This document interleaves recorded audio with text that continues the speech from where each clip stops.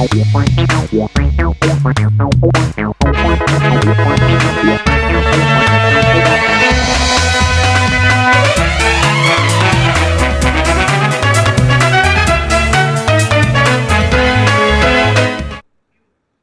मेरा नाम है जयंती झा और आप देख रहे हैं राष्ट्रीय समाचार। आइए एक नजर डालते हैं आज के हेडलाइंस पर। देश भर में छठ महापर्व की शुरुआत आज नहाए खाए प्रधानमंत्री नरेंद्र मोदी ने दी शुभकामनाएं। सिराज ने भारत को दिलाया पहला विकेट। हेड 29 रन बनाकर पवेलियन लौटे। 50 पार्टनरशिप ब्रेक ऑस्ट्रेलिया का स्कोर। गहलोत बोले जिलाध्यक्षों में पंचायती ना करें, मंत्री बनना आसान है, जिलाध्यक्ष बनना मुश्किल, किसी गुट का बने, सबको साथ लेकर चले।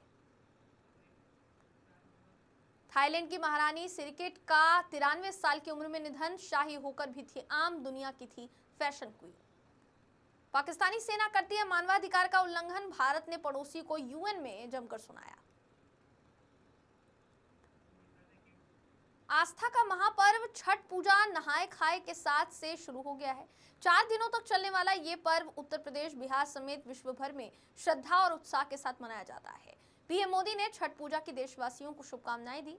पीएम मोदी ने कहा कि नहाए खाए के पावन अनुष्ठान के साथ आज से 4 दिवसीय महापर्व छठ का शुभारंभ हो रहा है। बिहार समेत देश भर के श्रद्धालुओं को मेरी हार्दिक शुभकामनाएं। सभी व्रतियों को मेरा नमन और वंदन। पीएम मोदी ने सोशल मीडिया प्लेटफॉर्म एक्स पर पोस्ट करते हुए लिखा कि हमारी संस्कृति का ये विराट उत्सव सादगी और संयम का प्रतीक है, जिसकी पवित्रता और नियम निष्ठा अतुलनीय है। इस पावन अवसर पर छठ के घाटों पर जो दृश्य दिखाई देता है, उसमें पारिवारिक और सामाजिक सद्भाव की अद्भुत प्रेरणा होती है। पीएम मोदी ने जो कहा वो शेयर किया है, जो उन्होंने वो वीडियो सुनाते हैं आपको कि क्या कह रहे प्रधानमंत्री मोदी। सुनिए।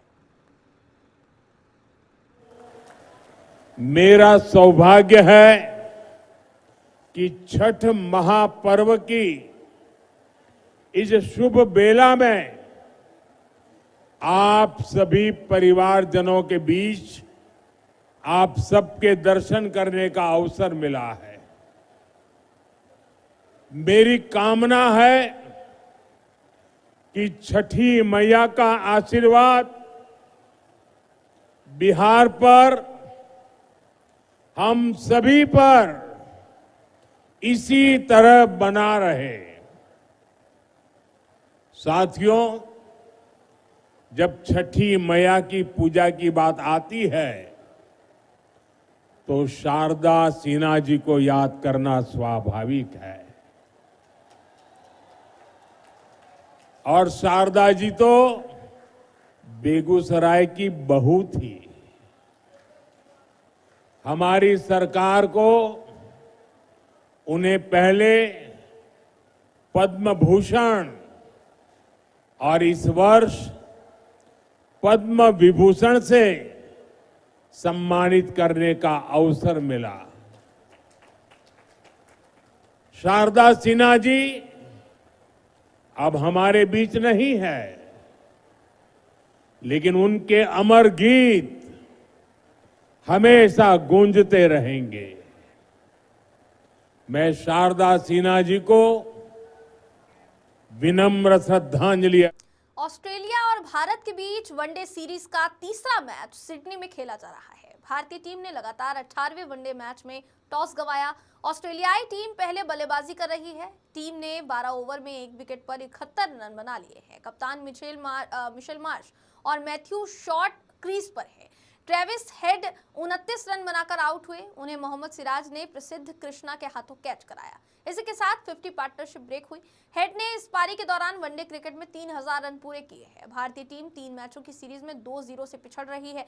अब टीम पर पहली बार क्लीन स्वीप होने का खतरा भी मंडरा रहा है।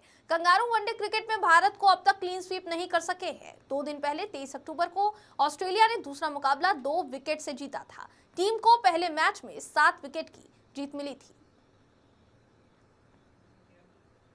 पूर्व सीएम अशोक गहलोत ने संगठन सृजन अभियान के तहत नए जिलाध्यक्ष बनाने की प्रक्रिया में चहेते नेताओं का अपने गुट के नेताओं की सिफारिश करने को लेकर तंज कसा है।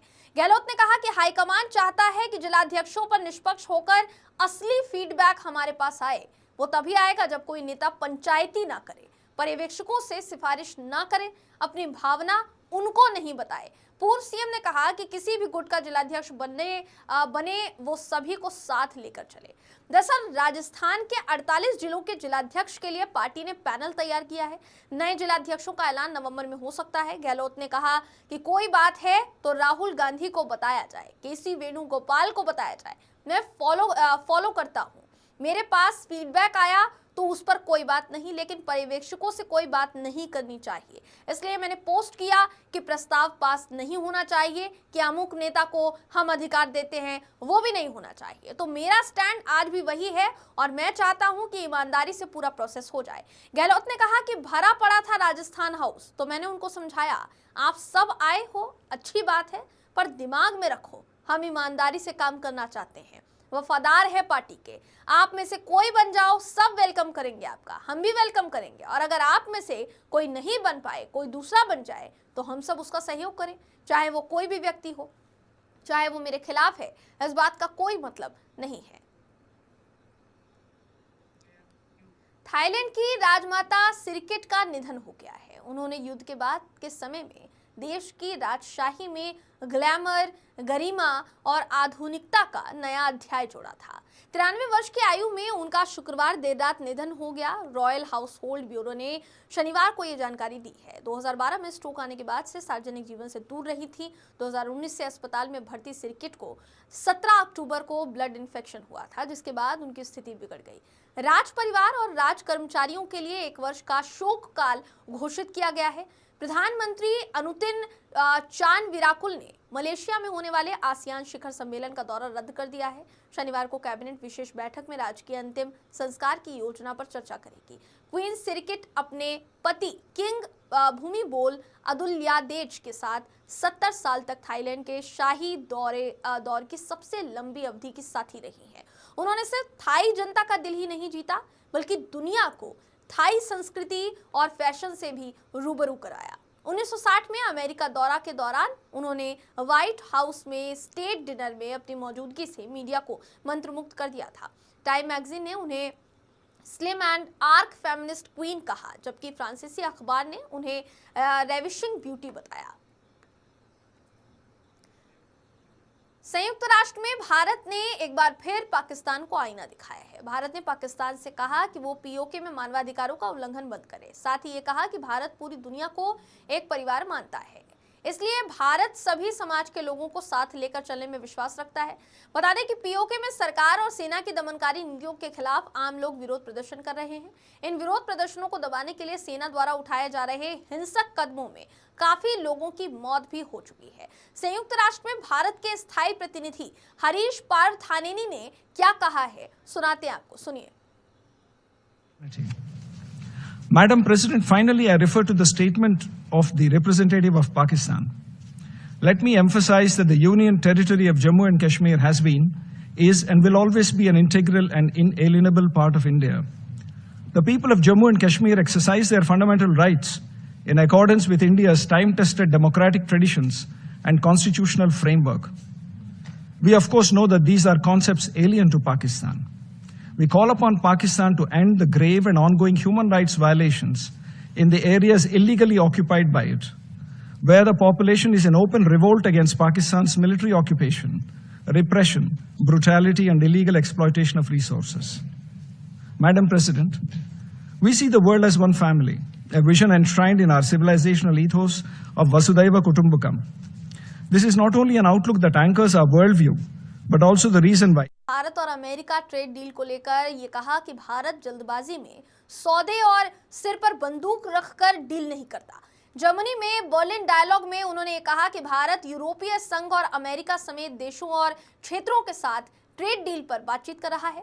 गोयल ने कहा कि किसी भी ट्रेड डील को लॉन्ग टर्म नजरिए से देखा जाना चाहिए। भारत कभी भी जल्दबाजी में या किसी आवेश में आकर फैसला नहीं करता है। हाई टैरिफ से निपटने के लिए भारत नए मार्केट की तलाश भी कर रहा है। अपनी शर्तों पर डील करने के सवाल पर उन्होंने ये कहा कि ट्रेड डील हमेशा लॉन्ग टर्म नजरिए से ही की जाती है। ये सिर्फ टैरिफ या सामान और सर्विस तक पहुंच के बारे में नहीं है, ये भरोसे और रिश्ते के बारे में भी है। लंबे समय के लिए ट्रेड डील सिर्फ टैरिफ से कहीं ज्यादा होती है और हम सिर्फ आज के मुद्दों और टैरिफ पर ध्यान दे रहे हैं। हिंदुस्तान एरोनॉटिक्स लिमिटेड यानी कि HAL द्वारा बनाए गए पहले Hindustan turbo trainer 40 series production विमान TH4001 ने बेंगलुरु में उड़ान भरी। ये विमान आने वाले भारतीय वायुसेना के आने वाली पीढ़ी के वायु योद्धाओं को प्रशिक्षित करने में, उनको ट्रेनिंग देने में अहम भूमिका निभाएगा। बता दें कि IAF ने HAL के साथ कुल 70 HTT-40 यानी 40 विमानों की सप्लाई के लिए करार किया है। HTT-40 ने अपनी पहली उड़ान 2016 में भरी थी और 2022 में इसे सिस्टम लेवल सर्टिफिकेशन मिल गया था।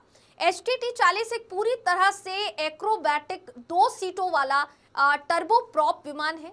इस ट्रेनी एयरक्राफ्ट को HAL के विमान अनुसंधान और डिजाइन केंद्र ने भारतीय सशस्त्र बलों की जरूरतों को ध्यान में रखकर स्वदेशी रूप से डिजाइन और विकसित किया है।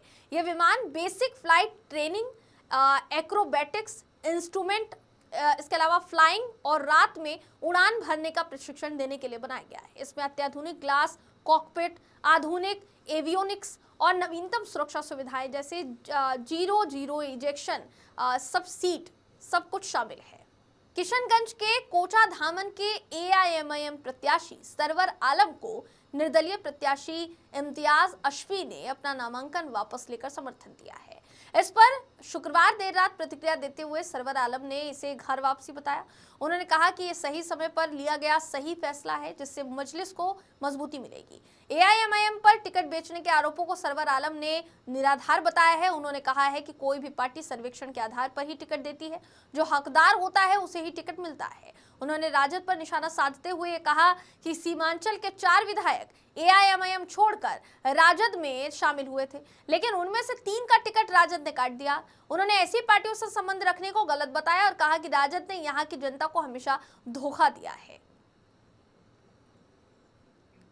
प्रशांत किशोर ने PM मोदी पर तंज कसा है। उन्होंने कहा कि मोदी जी ने बिहार के लिए छठ में 12,000 ट्रेन का वादा किया था, लेकिन बिहार के बच्चे देश भर के स्टेशन पर लाठी और धक्का खा रहे हैं और सीढ़ियों, शौचालयों में बैठकर आने के लिए मजबूर हैं। प्रशांत किशोर ने अमित शाह पर ये हमला बोला और अमित शाह पर हमला बोलते हुए उन्होंने कहा कि अमित शाह ने उम्मीदवार लूटने का नया काम शुरू किया है।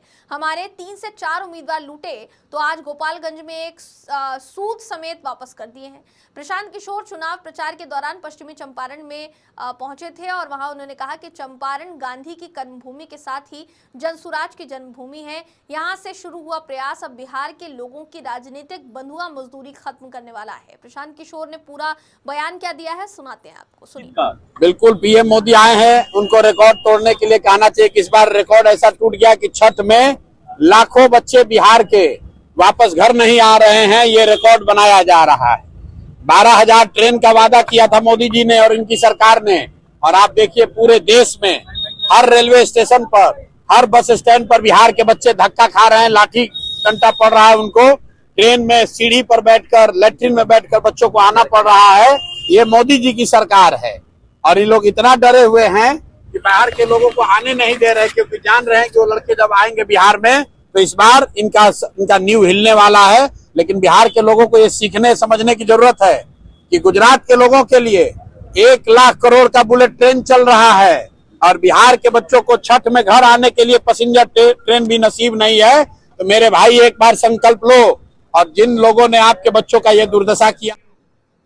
केंद्रीय गृह एवं सहकारिता मंत्री अमित शाह ने बिहार में सिवान और बक्सर में आयोजित विशाल जनसभाओं को संबोधित किया और महागठबंधन पर जमकर हमला बोला। सिवान की जनसभा में मंच पर भाजपा प्रत्याशी और बिहार में कैबिनेट मंत्री मंगल पांडे, झिरादेई से भाजपा प्रत्याशी भीष्म कुशवाहा, दरौंदा से प्रत्याशी करणजीत सिंह, सिवान से सांसद विजय लक्ष्मी कुशवाहा समेत अन्य नेतागण उपस्थित रहे। बक्सर की जनसभा में बक्सर से भाजपा प्रत्याशी आनंद मिश्रा, राजपुर से जदयू प्रत्याशी संतोष निराला, डुमरांव से जदयू प्रत्याशी राहुल सिंह और ब्रह्मपुर विधानसभा से लोजपा प्रत्याशी हुलास पांडे समेत कई वरिष्ठ नेतागण उपस्थित थे। शाह ने कहा कि सिवान की भूमि देश के पहले राष्ट्रपति महान राजेंद्र प्रसाद जी की भूमि है। वो संविधान सभा के अध्यक्ष रहे और उन्होंने आजादी के आंदोलन में प्रमुख भूमिका निभाई। महात्मा गांधी और मदन मोहन मालवीय जी ने चंपारण यात्रा के दौरान सिवान की इस भूमि का दौरा किया था। शाह ने आगे ये भी कहा कि बिहार में सबसे पहला दौरा सिवान में ही करना चाहते थे, क्योंकि सिवान ने 20 वर्षों तक लालू राबड़ी के जंगल राज को सहा है। सिवान ने शहाबुद्दीन का खौफ सहा है। भूमि लहूलुहान हो गई, लेकिन सिवान के लोगों ने झुकने का नाम नहीं लिया। 20 साल तक एक कैटेगरी हिस्ट्री शीटर शहाबुद्दीन, जिस पर 75 केस, जिसे 2 बार कारावास हुआ, कई हत्याओं का आरोपी, एसपी सिंगल पर हमला, चंद्रशेखर और उनके 2 साथियों की हत्या, छोटा लाल गुप्ता और मुन्ना चौधरी की हत्या, उसने व्यापारियों के बेटों को तेजाब से गला के मार दिया था। लेकिन सिवान की बहादुर जनता कभी शहाबुद्दीन के सामने झुकी नहीं। भोजपुरी स्टार पवन सिंह की पत्नी ज्योति सिंह काराकाट सीट से निर्दलीय चुनाव लड़ रही हैं। पवन सिंह चुनाव से बाहर हैं। उन्होंने विधानसभा चुनाव लड़ने से इनकार कर दिया था, हालांकि इसकी वजह नहीं बताई थी। अब भाजपा सांसद मनोज तिवारी ने पवन सिंह के चुनाव न लड़ने पर बड़ा खुलासा किया है। मनोज तिवारी ने कहा है कि पवन सिंह विधानसभा का चुनाव लड़ना ही नहीं चाहते थे, वो सांसद बनना चाहते हैं। मनोज तिवारी ने कहा कि 2024 के लोकसभा चुनाव में पवन सिंह आसनसोल से टिकट चाहते थे, उनको टिकट हमने ही दिलवाया था, आगे हम उनको सही जगह से चुनाव लड़वाएंगे। मनोज तिवारी का यह बयान फिलहाल वायरल हो रहा है। एशिया कप ट्रॉफी को एशियाई क्रिकेट काउंसिल के हेडक्वार्टर दुबई से अबू धाबी ले जाया गया है। रिपोर्ट्स के मुताबिक हाल ही में बीसीसीआई के एक अधिकारी के एसीसी मुख्यालय जाने पर पता चला कि ट्रॉफी अब वहां नहीं है। जब अधिकारी ने इसका पता पूछा तो स्टाफ ने बताया कि ट्रॉफी अब मोहसिन नकवी के पास अबू धाबी में है। इससे पहले 21 सितंबर को बीसीसीआई ने एशिया कप ट्रॉफी जल्द से जल्द भारत को सौंपने के लिए एशियन क्रिकेट काउंसिल के चीफ मोहसिन नकवी को ईमेल किया था। बीसीसीआई सचिव देवजीत सैकैया ने यह कहा था कि अगर नकवी आनाकानी करते हैं तो फिर मामले को इंटरनेशनल क्रिकेट काउंसिल में उठाया जाएगा। नकवी पाकिस्तान क्रिकेट बोर्ड के चेयरमैन भी हैं। बाद में एसीसी चीफ मोहसिन नकवी ने ईमेल का जवाब देते हुए कहा था कि एशिया कप ट्रॉफी ऑफिस आकर ही मिलेगी। बीसीसीआई मेल भेजकर राजनीति कर रहा है। ट्रॉफी एसीसी के ऑफिस में ही रखी हुई है। मोहसिन के इस बयान के बाद विवाद और तूल पकड़ रहा है। रक्षा मंत्री राजनाथ सिंह ने जैसलमेर में सेना कमांडरों के सम्मेलन और राजस्थान के तनोट और लोंगेवाला के अग्रिम क्षेत्रों के दौरे के दौरान भारतीय सेना की सुरक्षा स्थिति और परिचालन तैयारियों का जायजा लिया। सम्मेलन के दौरान भारतीय सेना के वरिष्ठ नेतृत्व के साथ ग्रे जोन युद्ध और संयुक्तता, आत्मनिर्भरता और नवाचार के रोड मैप समेत प्रमुख पहलुओं पर विस्तृत विचार विमर्श किया गया। इस मौके पर chief of defence staff general Anil Chauhan, थल सेनाध्यक्ष जनरल उपेंद्र द्विवेदी, रक्षा सचिव राजेश कुमार सिंह, उप सेना प्रमुख लेफ्टिनेंट जनरल पुष्पेंद्र सिंह और सभी सेना कमांडर मौजूद थे। अपने संबोधन में रक्षा मंत्री ने ऑपरेशन सिंदूर को भारत के सैन्य कौशल और राष्ट्रीय चरित्र का प्रतीक बताया और सैनिकों द्वारा ये सिद्ध किया कि उनकी शक्ति सिर्फ हथियारों में ही नहीं बल्कि उनके नैतिक अनुशासन और रणनीतिक स्पष्टता में निहित है। उन्होंने कहा कि ऑपरेशन सिंदूर इतिहास में केवल एक सैन्य अभियान के रूप में ही नहीं बल्कि राष्ट्र के साहस और संयम के प्रतीक के तौर पर भी दर्ज किया जाएगा। आतंकवादियों के विरुद्ध हमारी सेनाओं द्वारा की गई कार्यवाही नीतिगत सटीकता और मानवीय गरिमा दोनों के अनुरूप थी। ऑपरेशन अभी समाप्त नहीं हुआ है। शांति के लिए हमारा मिशन तब तक जारी रहेगा जब तक एक भी आतंकवादी मानसिकता जीवित रहेगी। केंद्र सरकार ने भारत टैक्सी नाम से कैब सर्विस शुरू की है। ये ओला, उबर जैसी प्राइवेट कैब सर्विस कंपनियों के लिए बड़ा चैलेंज साबित हो सकती है। कारण है कि इसमें कार मालिकों या ड्राइवर्स को कंपनी को कोई कमीशन नहीं देना पड़ेगा, यानी पूरी कमाई उनकी जेब में जाएगी। ऐसे में वो ओला, उबर या अन्य कैब सर्विस की बजाय भारत टैक्सी का चुनाव करेंगे। भारत टैक्सी देश की पहली सहकारी कोऑपरेटिव टैक्सी सर्विस होगी। ये सेवा वैसे तो अगर देखा जाए तो बड़े पैमाने पर दिसंबर से शुरू होने वाली है, लेकिन इसका पायलट प्रोजेक्ट नवंबर में ही राजधानी दिल्ली से शुरू हो जाएगा। इस पायलट प्रोजेक्ट में 650 ड्राइवर गाड़ी मालिक शामिल होंगे, यानी 650 वाहन इस सहकारी कैब सर्विस के लिए उपलब्ध होंगे और लोग इसका लाभ उठा पाएंगे। दिसंबर से इस सर्विस का विस्तार होगा और ये धीरे धीरे देश के बाकी शहरों में भी उपलब्ध रहेगी। बताया जा रहा है कि दिसंबर तक करीब 5000 ड्राइवर इस सेवा से जुड़ जाएंगे और अलग अलग शहरों में आम लोगों को सर्विस देने के लिए अपने वाहनों के साथ उपलब्ध होंगे। मोदीज मिशन नामक पुस्तक का लोकार्पण किया गया। इस पुस्तक विमोचन समारोह में महाराष्ट्र और गुजरात के राज्यपाल आचार्य देवव्रत, मुख्यमंत्री देवेंद्र फडणवीस और उप मुख्यमंत्री एकनाथ शिंदे की मौजूदगी ने कार्यक्रम को खास बना दिया। रूपा प्रकाशन द्वारा प्रकाशित इस किताब में प्रधानमंत्री नरेंद्र मोदी के जीवन सफर और उनके संघर्ष, उनके मिशन की कहानी को विस्तार से दर्शाया गया है। कार्यक्रम में महाराष्ट्र विधान परिषद के सभापति राम शिंदे, कैबिनेट मंत्री मंगल प्रभात लोढ़ा और जय कुमार रावल, किताब के लेखक एवं पत्रकार बर्जेस दास और जाने माने अभिनेता निर्देशक शेखर कपूर भी मौजूद थे। इसके अलावा उद्योग जगत से जुड़ी कई हस्तियों की उपस्थिति ने इस समारोह को और भी खास बना दिया।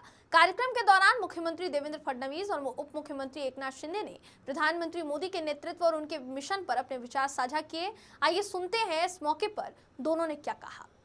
Just another politician. In the history of every great nation and in every century or so, a leader is born with a mission. His primary task is to raise the collective consciousness of the people. It was Gandhi in 20th century and it is Modi in 21st. मुझे लगता है कि ये जो एक वाक्य है, ये इस पूरी पुस्तक का जो एक सार है, सारांश है, वो हमारे सामने लाता है। और बहुत सुंदर तरीके से देसाई जी ने मोदी जी के हर पहलू को इस पुस्तक में समाहित करने का प्रयास किया है। और जैसा उन्होंने कहा कि ये कोई जीवनी नहीं है, कोई ऑटोबायोग्राफी नहीं है। उन्होंने ये प्रयास किया है कि एक व्यक्ति कैसे तैयार होता है, उसकी वैल्यूज कैसे तैयार होती है, उसका कॉन्शियसनेस के जीवन पर इससे पहले भी कई बुक्स लिखी गई है। उनके जीवन पर एक हिंदी फिल्म भी निकाली गई है। लेकिन आज का ये दिन जो है, आज का ये कार्यक्रम जो है अलग है। मोदी मिशन ये सिर्फ मोदी जी की बायोग्राफी नहीं है। ये किताब सिर्फ उनके चरित्र, इस किताब में सिर्फ उनके चरित्र का वर्णन करना आसान नहीं है। और ये किताब जो है, आपने कहा कि मोदी जी ने जो काम किया है उसकी पूरी सच्चाई इस किताब में लिखी हुई है। इंडिया गठबंधन के मुख्यमंत्री पद के उम्मीदवार तेजस्वी यादव ने पीएम मोदी पर निशाना साधा है। तेजस्वी ने कहा कि मोदी जी देख लीजिए, बिहार के युवा सड़कों पर निकल पड़े हैं। ये तस्वीर शाम में वैशाली जिले की है। बिहारी युवाओं को बीते 20 साल की घिसी पिटी और बासी बातें नहीं सुननी, ऐसा तेजस्वी ने कहा। उन्होंने ये भी कहा कि मेरे बिहार के युवाओं को आगामी 20 वर्षों का हमारा विजन सुनना है, क्योंकि हमने मिलकर नया बिहार बनाया है। आपका एनडीए 20 साल से बिहार और आप 11 साल से दिल्ली में कुर्सी की छेक कर बैठे हैं। बिहार को आपने दिया ही क्या है और गुजरात को क्या दिया है, इसका हिसाब किताब दीजिए। आपका क्या है, आप बिहार को ठग कर गुजरात बस जाएंगे। हमें तो यही बिहार में जीना मरना है। इसको लेकर तेजस्वी यादव ने बयान जो दिया, वो कितनी भारी भीड़ तेजस्वी की इस रैली में उमड़ती हुई नजर आई थी, ये आप अभी फिलहाल स्क्रीन पर देख पा रहे होंगे। आपको हम वो तस्वीर दिखा रहे हैं जो वैशाली जिले से सामने आई है। और ये तस्वीर है आरजेडी की उस रैली की, उस सभा की, जहां पे बताया जा रहा है कि तेजस्वी यादव पहुंचे थे और वहां पहुंचकर उन्होंने प्रधानमंत्री नरेंद्र मोदी समेत अमित शाह पर निशाना साधा। सहरसा से एक बड़ी खबर, जहां सोनबरसा कचहरी स्टेशन पर अमृतसर से पूनिया कोट जा रही एक्सप्रेस में आग लग गई, जिसमें एक बोगी जल गई। आग लगने के कारण यात्रियों के कई सामान जल गए, साथ ही एक 12 साल का बच्चा झुलस गया। यात्रियों ने बताया कि आग लगने का कारण अभी तक पता नहीं चल पाया है। एक यात्री ने यह भी कहा कि गाड़ी रुकी हुई थी, इस समय में मैं नीचे था, तब तक मैंने देखा कि आग की लपटें उठ रही है। मैं जब आया दौड़ करके तो देखता हूं कि मेरे बैग में आग लग गई है। किसी भी रेलवे के अधिकारी द्वारा आग लगने के कारणों के बारे में फिलहाल नहीं बताया जा रहा है और कैमरे पर बोलने से वो परहेज कर रहे हैं। ट्रेन अमृतसर से पूनिया कोट जा रही थी। मौके पर मौजूद चश्मदीदों ने क्या कहा वो आपको सुना देते हैं। गाड़ी लगी हुई थी, हम नीचे गए पेशाब करने के लिए, उतने देर में आग लहकना शुरू हो गया। उसके बाद मेरा बैग जहाँ आग लगी थी वहीं पर मेरा बैग था, उसमें पैसा 7,000 था, आधार कार्ड था, नया नया कपड़ा था, चादर था, आधार कार्ड था, सारा चीज़ जल गया। कहाँ से आ रहे थे आप? हम टिकट देखिए ना, वहाँ से आ रहे थे कहाँ से? लुधियाना से। अच्छा, कहाँ पर आग लगी? गंडारी में आग कचहरी में लगा है, सोनबरसा कचहरी में। अच्छा, कोई हताहत भी हुआ? जी, कोई घायल भी है? घायल एक बच्चा है। आपका क्या नाम है? बच्चा आपका क्या नाम है? मेरा नाम राम बहादुर चौहान है। कहाँ घर हुआ आपका? दाहोद लिमखेड़ तालुका के प्रतापपुरा स्थित एक अनुदान प्राप्त स्कूल में कक्षा 1 से 8 तक के बच्चे पढ़ते हैं। परीक्षा के दौरान छात्र अपनी परीक्षाओं में व्यस्त थे, तभी पता चलता है कि 3 अज्ञात व्यक्ति आश्रम स्कूल में घुस आए और उन्हें मानसिक तौर पर परेशान करने की कोशिश की। स्कूल स्टाफ ने बताया कि ये लोग पिछले 2 दिनों से स्कूल में आकर बच्चों की तस्वीरें और वीडियो बना रहे थे, लड़कियों से तरह तरह की बातें करने की कोशिश कर रहे थे और महिला शिक्षिकाओं से भी बातचीत कर रहे थे। जब स्कूल स्टाफ ने उनसे इस बारे में पूछताछ की तो दोनों ने खुद को पत्रकार बताकर समय निकालने की कोशिश की, लेकिन स्कूल प्रशासक को शक हुआ और उन्होंने लिमखेड़ा पुलिस को फोन पर सूचना दी, जिसके बाद दोनों मौके से फरार हो गए। स्कूल स्टाफ और छात्राओं के अनुसार पिछले 2 दिनों से ये अज्ञात लोग बार बार स्कूल में घुसकर लड़कियों की तस्वीरें और वीडियो बना रहे थे। इन पर परीक्षा के दौरान अनुचित प्रश्न पूछकर महिला स्टाफ को फोन नंबर उनसे मांगना, ये सब कुछ इनके ऊपर आरोप लग रहा है। छात्राओं को परेशान करने का भी इनके ऊपर आरोप है। इस घटना के बाद स्कूल प्रशासन ने पुलिस को सूचना दी है। आपकी जानकारी के लिए बता दें कि दोनों आरोपी कन्यावर खंड में घुसकर वीडियो और तस्वीरें बना रहे थे। लिमखेड़ा पुलिस ने मौके पर जाकर प्रारंभिक जांच शुरू की और अज्ञात लोगों की पहचान के लिए जांच शुरू कर दी गई। बताया जा रहा है कि इस मामले में मामला भी दर्ज कर लिया गया है। दाहोद जिले के आदिवासी बहुल इलाकों में स्थित आश्रम स्कूलों में ऐसे महिलाओं को परेशान कर रहे हैं। ये ऐसे लोगों द्वारा महिलाओं को परेशान करने पर कड़ी कार्यवाही जरूरी है। फिलहाल इसी बात की मांग जो है वो की जा रही है। अब वक्त है एक ब्रेक का, मिलते ब्रेक के बाद।